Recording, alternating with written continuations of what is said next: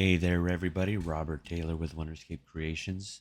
Uh, Starting with our optimization series at this point.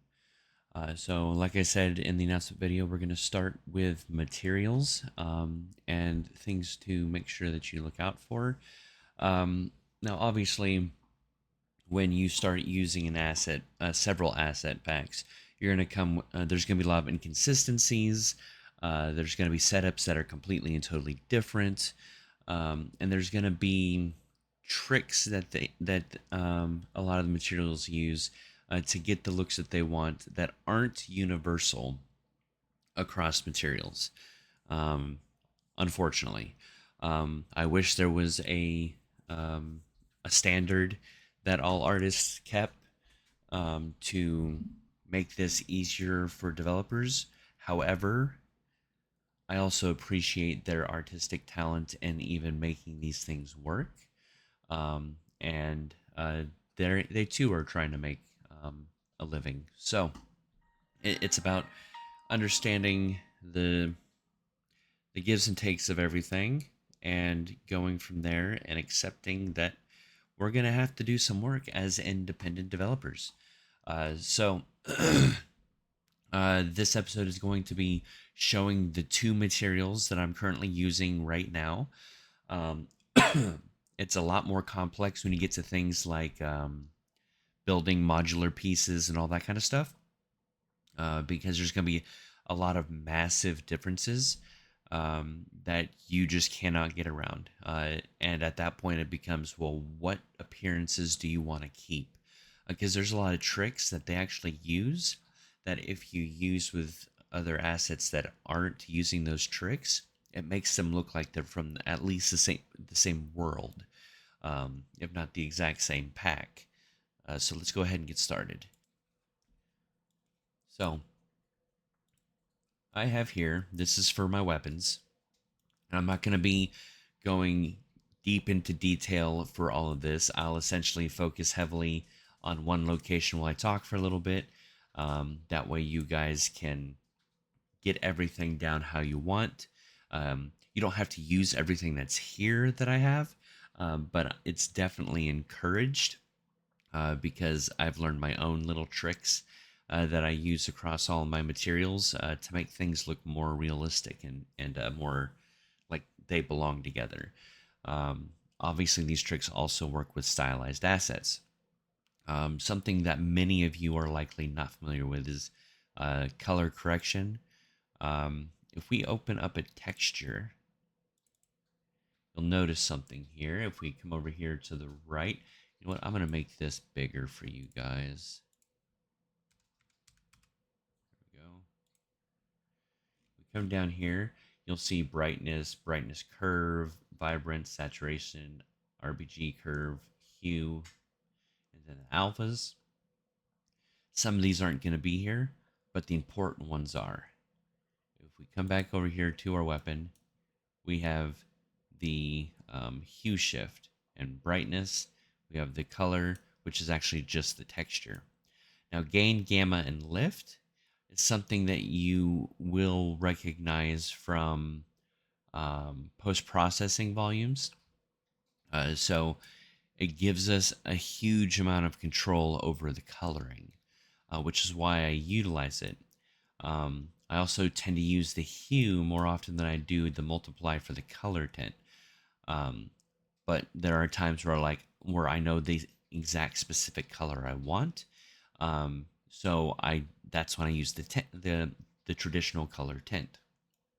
Um, Now with the color controls, as you can see, I'm using a vector parameter, and I came down here and I changed what they are: brightness, hue shift, saturation, and contrast. And then 1001, saturation is set at 0. If you go to -1, it'll make it black and white. I can actually show you right now. It's now gray because it was a blue color. And if I go with 1, the blue got a little bluer. It saturated the color.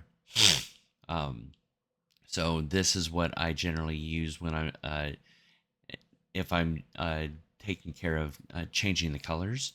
Now, if you just want the multiply and color tint, you don't care about the color correction stuff, um, but you don't want the color of your texture to affect the color. You just want the varying degrees of from black and white of that color.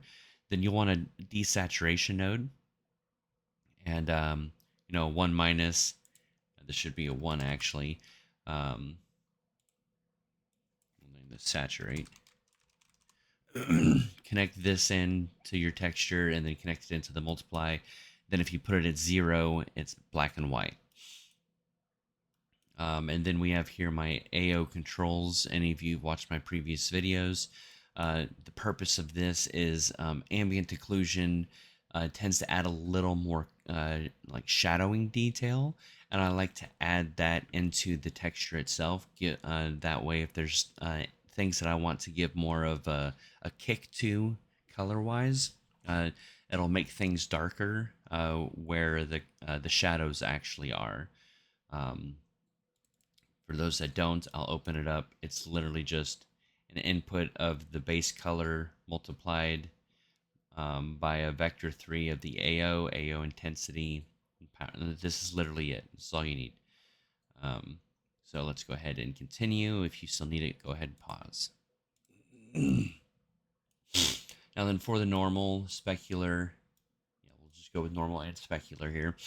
I never do much with specular. But as I'm going along, once I hit a new weapon pack, if they do something with specular, I'll make a new video showing how I add that in there without affecting past work. That way I don't have to go into all the work I've already done to adjust things back to how they were before I added onto this graph. Oh, and for the normal intensity, a lot of you guys have your own tricks for that. It's literally just, here's the code for you. The RG, I believe, yeah. The B isn't really needed. I have it there just in case I want additional controls, because sometimes I do.